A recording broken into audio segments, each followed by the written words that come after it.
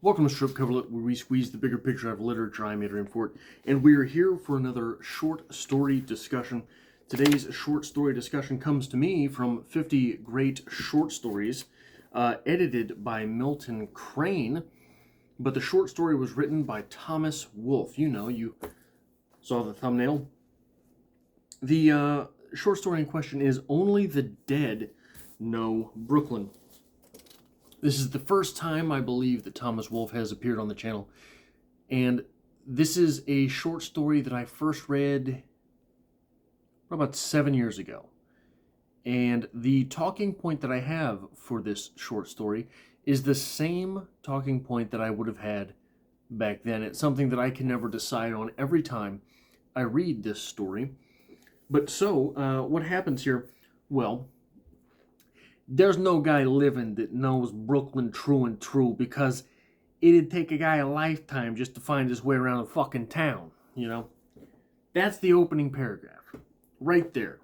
And we know immediately, well, we're in Brooklyn. And I don't know why, but Brooklyn and Brooklyn accents always make me think of the 80s. So despite the fact that Thomas Wolfe died in 1938 at 38 years old. This is an old story. It automatically makes me feel like we're in the 80s, but our speaker there is waiting for the train when a big guy shows up. Just a great big guy shows up.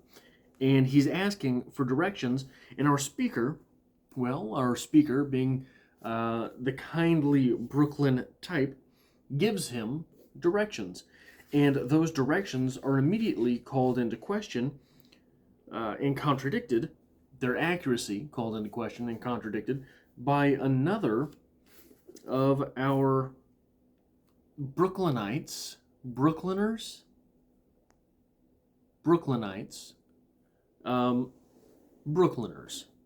sounds better, who is also waiting for the train. Where am I at here? I've lost myself already. I can't read my handwriting either.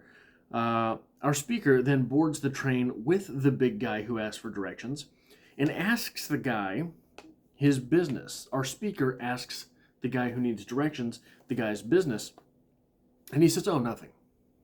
Nothing. He's just there." "What are you doing looking for this place?" "Oh, nothing. Just looking for it. It's got a funny name, so I want to go there." So he says he's doing nothing. Can you believe that? Doing nothing.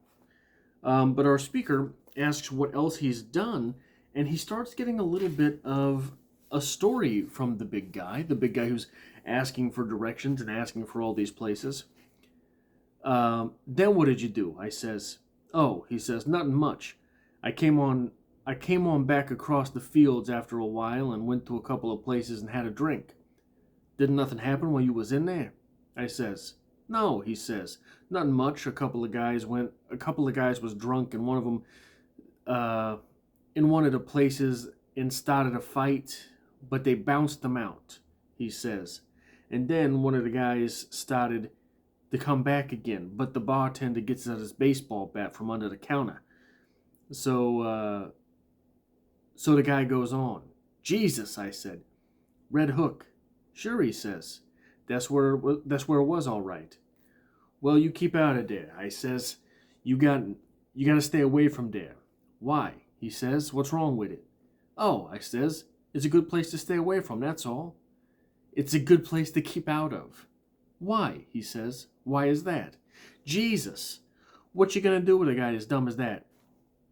I saw it wasn't no use trying to tell him nothing.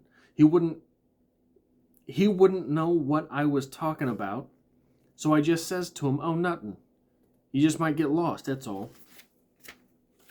Golly, aren't you glad to know that even in the 30s, Brooklyners sounded exactly like one would imagine or put into corny dialogue. But we have then on the next page. So then the guy begins to ask me all kinds of nutty questions. How big was Brooklyn? And could I find my way around in it? And how long would it take a guy to know the place? "Listen," I says, "you get that idea right out of your head now," I says. "You ain't never gonna know a place like Brooklyn. I says. Not in 100 years. I've been living here all my life, I says, and I don't even know all there is to know about it. So, how do you expect to know a town? How do you expect to know the town? I says, uh, when you don't even live here. So okay, we have our title therein. Only the dead know Brooklyn. Our speaker, alive, says, don't expect to know the town. I've lived here my whole life, and I don't even know the town. Immediately after this little bit of dialogue, yes, he says, but I got a map to help me find my way about. Map or no map, I says, you ain't gonna get to know Brooklyn with no map, I says. Can you swim? He says. Just like that, Jesus. By that time, I begun to see that guy was some kind of nut. He'd had plenty to drink, of course. But he had that crazy look in his eye, like, can you swim? He says. Sure, I says. Can you? No. Not more'n a stroke or two. I never learned good. So here, on the back of some regular banter, back and forth, a little bit heavy-handed, the guy looks at him and says, hey, can you swim? Never a reassuring question. Should not be a reassuring question. Should send up red flags immediately. On the kissing page to this, did you ever see a man drown? He says. Sure, I says. I seen two guys, both times at Coney Island. They get out too far and neither one of them could swim. They drown before anyone could get out to them. And what becomes of people after they've drowned out here? He says. Drown out here? I says. Oh, out here in Brooklyn. I don't know what you mean, I says. Never heard of nobody drowning here in Brooklyn, unless you mean a swimming pool. You can't drown in Brooklyn, I says. You gotta drown somewhere else, in the ocean, where there's water. You can't drown in Brooklyn. You gotta go somewhere else. Now, I want to tell you this story, a personal story. I worked in downtown Kansas City for about 6 months, I think it was. And there's this, it's called the Plaza. And the funny thing about the Plaza, very ritzy. Very ritzy. Backed up against not the greatest area. As often happens in big cities. I call Kansas City a big city. It's not a big city, but the biggest we have to offer around here, part of the city. Backed up against not great places, you have real expensive places. And one of the things that's supposedly happened down there right before I started was a woman was murdered in a parking lot. I don't mean an outdoors parking lot. I mean, it's a big building. The bottom 4 stories are parking lots. A woman was murdered. It was kept out of the newspapers. A woman was murdered for her money. It's kept out of the newspapers because allegedly, because it would have created a ruckus and held up business. Allegedly. I don't know any of these things. You can't get murdered in Kansas City, huh? You got to go someplace else. So it's not. It just. I tell you that to tell you this. Not a great place all the way around. Well, when I first got down there, I started working there.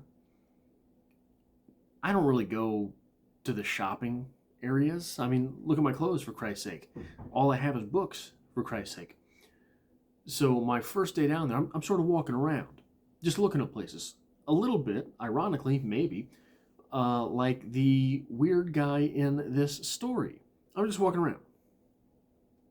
I happen to walk past a bus stop. Somebody starts talking to me. Well, I got like 30 minutes before I got to be at work anyway. I was down there just to look at the area, And he starts following me. It's a little bit weird. But, it's sort of a busy street. There's a lot of walkers anyway. So I'm walking around and he starts asking me questions and I'm answering questions. And I don't remember any of the actual dialogue because it was unremarkable enough until it was pretty remarkable. and just bullshit, right? I have no idea what it was about. What was the last book you read? Oh, I read A Clockwork Orange. Oh, that was a good book. I read it back when I was in grade school, he'd say to me. Grade school, I read A Clockwork Orange is my favorite color. I have a shirt that's orange. It's probably my favorite shirt. And pants, I lost my pair of pants. This is the only pants I have right now. Just like this, word salad, word salad. Guy is probably, in my expert opinion, at that point, going through a schizophrenic episode. That's the only thing I can figure, right? Following me around. Weird, just weird, off the wall stuff coming out of his mouth. And it is just one thing leads to another thing, leads to another thing, and it's word association. So I did the only socially conscionable thing. I led him to McDonald's, bought him 2 hamburgers, and said, "You want to sit down and eat those, don't you?" And then I went to work. It worked for me, but here's what I'm telling you. These questions that were coming up from this guy, random questions,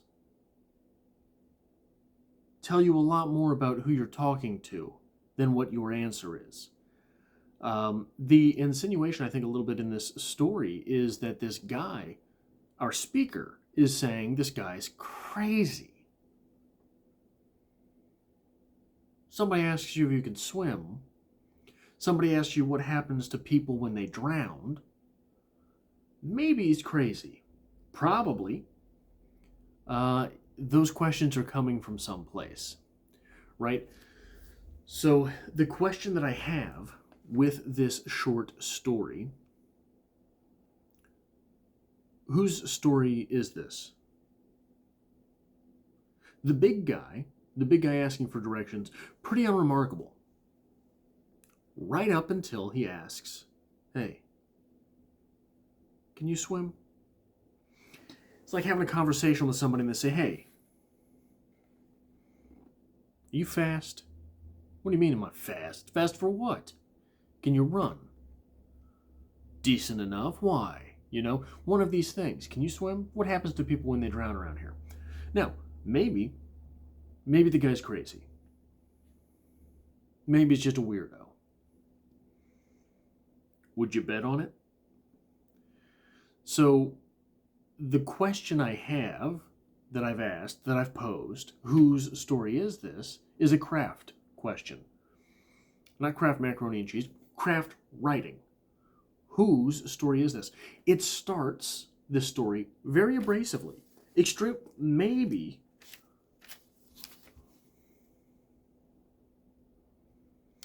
Maybe the most abrasive beginning to a short story that I've ever read.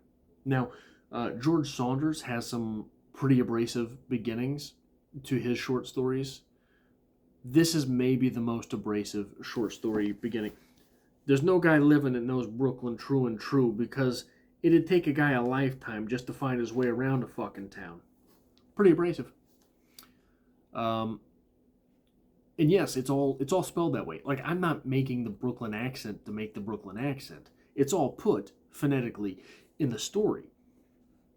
So whose story is it? I think, I pose, it's the crazy guys. It's the big guys' story. Because we start with all this pomp and circumstance. Wolfe is leading us down the path of believing this is our speaker's story.